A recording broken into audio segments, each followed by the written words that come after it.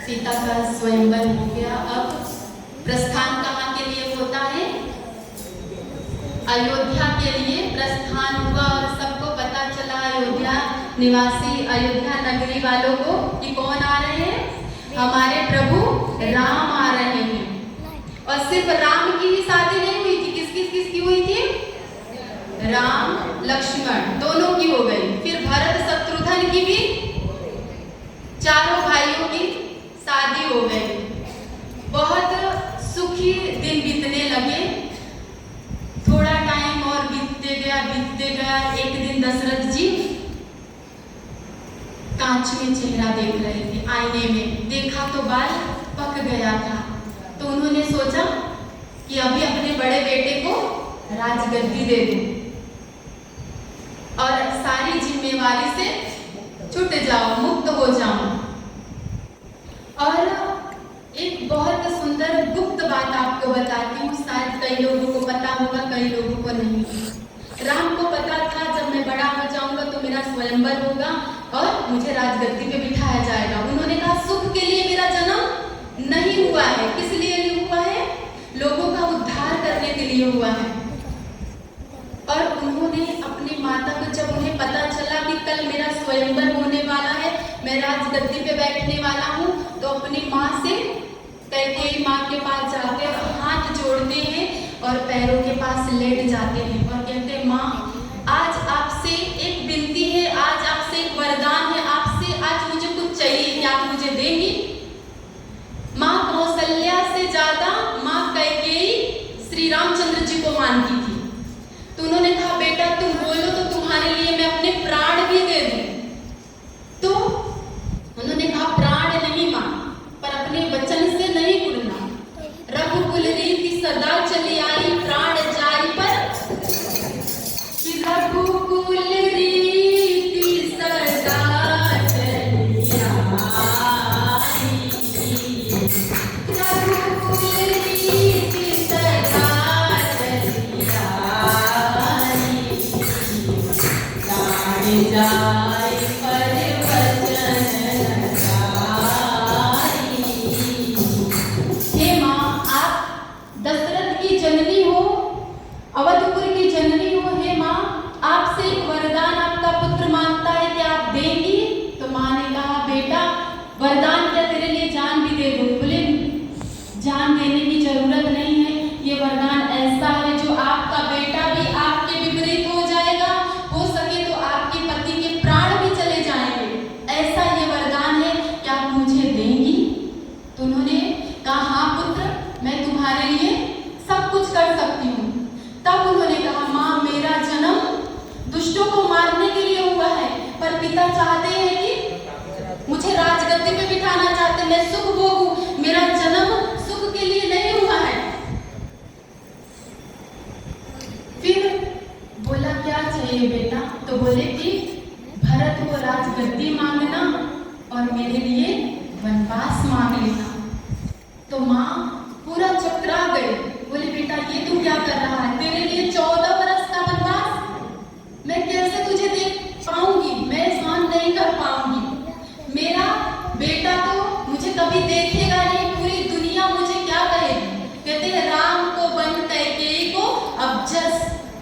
कहते हैं, किसी का जीवन बदलने के लिए, सुधारने के लिए कोई ना कोई निमित्त बनता है, तो कोई का जीवन बिगाड़ने के लिए भी कोई निमित्त बनता है। भगवान अपने ऊपर कोई अलांछन नहीं लगाता, किसी न किसी को सेट कर देता है कि तेरे कारण ये आत्मा चली जाएगी, तेरे कारण ये आत्मा का उदय। तो फिर माँ बोलती है, ठीक है पुत्र, अगर मेरे कारण इतना पुण्य का कार्य हो रहा, दुष्ट लोग मारे जाएंगे, तो ये कार्य मैं जरूर करूंगी। फिर जब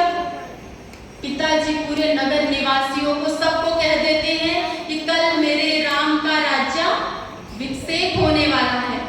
सारे नगर निवासियों के पास ढिंढोरा पीटा जाता है, सब आना शुरू कर देते हैं। और तब माँ कैकेयी कहाँ जाती है? कोप भवन एक बनाया था राजा दशरथ ने, जो उनकी 3 पत्नियों में कोई भी दुखी होती थी वो कोप भवन में चली जाती थी। महाराज को पता चल जाता था आज महारानी नाराज हैं। फिर महाराजा दशरथ उनके पास जाते हैं और कहते हैं क्या हुआ महारानी? तो महारानी जी बोलती है तुम चाहते हो कि भरत को और शत्रुघ्न को ननिहाल भेज दूं और मेरे राम को राजगद्दी मिल जाए?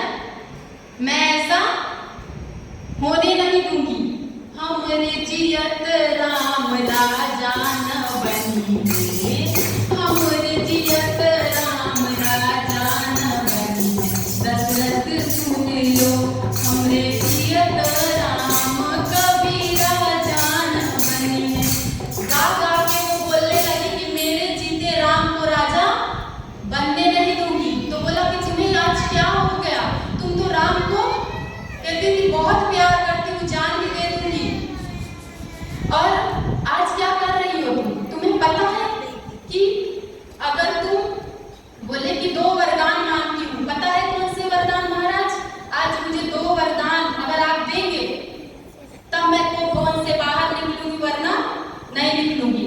तो वो 2 वरदान याद दिलाती पहले की जो नारियां थी, जब पति युद्ध के मैदान में जाते थे तो नारियां भी जाती थी अपने पति के साथ, और वो गई थी और पहिए में उंगली लगाई थी और उनके प्राण बच गए थे।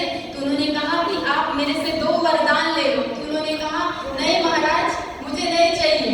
नहीं, ले लो। बहुत जबरदस्ती किया, बोला उधार रख दिया वो 2 वरदान। तो महारानी कैकेयी वो 2 वचन याद दिलाती हैं कि जो 2 वरदान है महाराज आज वो मैं तुम्हें याद दिलाती हूँ। वो 2 वरदान क्या मुझे आप देंगे? तो बोले 2 वरदान के लिए आप कोप भवन में हो, कौन से 2 वरदान? तुम्हारे लिए मैं कुछ भी कर सकता हूँ।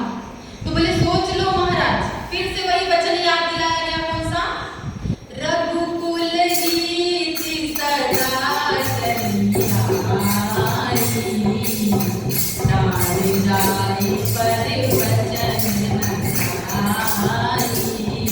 राजा दशरथ जी कहते हैं रघुकुल रीति सदा चली आई, प्राण जाए पर वचन न जाए। हे महारानी कौशल्या,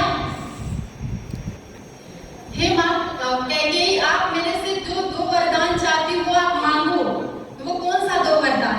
बोले पहले तो जो मुझे सुख मिले, तापर वेश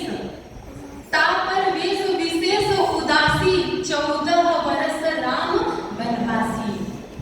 तापर वेश विशेष उदासी, 14 वर्ष राम वनवासी। माता ने बहुत दुखदाई वरदान मांग लिया कि राम को 14 वर्ष का वनवास दे दो और मेरे भरत को राजगद्दी दे। तो राजा दशरथ ने कहा मोरे राम भरत दुई आँखी, मेरा राम और भरत दुई आँखी। हे महारानी सोच लो मेरे प्राण निकल जाएंगे। और इतना कह के दशरथ जी नीचे गिर जाते हैं और ऐसे लगता है कि माँ कैकेयी एक शिकार है और महाराज शिकारी बन चुके होंगे। इतना तड़पते घबराते हैं, उठ नहीं पाते हैं। और उधर से महारानी जी घबरा जाती है, सोचती है कि न मांग, मेरे पति के कहीं प्राण न चले जाए। और उधर से महंतरा इशारा कर रही है नहीं तुम्हें तो मांगना ही पड़ेगा। ये महाराज ने नखरा दिखा रहे, नौटंकी दिखा रहे, इनका कहना मानो नहीं, तुम वचन मांग लो, इनको कुछ होने वाला नहीं है। और फिर से कहा कि आप तो कहते हैं रघुकुल रीति सदा चली आई, प्राण जाए पर वचन न जाए, अभी अपने वरदान से पीछे हट रहे हो। तो महाराज आप वरदान दे रहे हो कि मैं जाऊं यहाँ से। तो उन्होंने कहा कि हे महारानी आप वरदान तो ले लो पर तुम अपने पति को खो दोगी। ऐसे अगर किसी के लिए बोला जाए तो ऐसे कैसे किसी की मृत्यु हो सकती है।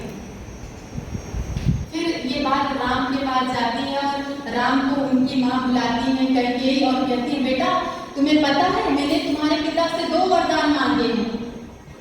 अपने बेटे को पहला वरदान राजगद्दी भरत को और तुम्हारे लिए 14 वर्ष का वनवास। तो राम जी मुस्कुराए और हाथ जोड़े और बोला कि आपके लिए मैंने वनवास मांगा है, तापर वेश विशेष उदासी 14 वर्ष राम वनवासी, आपके लिए मैंने वनवास मांगा है। तो बोले माँ आपकी जय हो, आपकी संसार में बहुत कीर्ति होगी, आप मेरे लिए वनवास मांग रही हो। क्योंकि राम ने उनको पहले से ही सिखाया था कि आप मेरे लिए वनवास शब्द कहना। फिर राम और सीता जब वनवास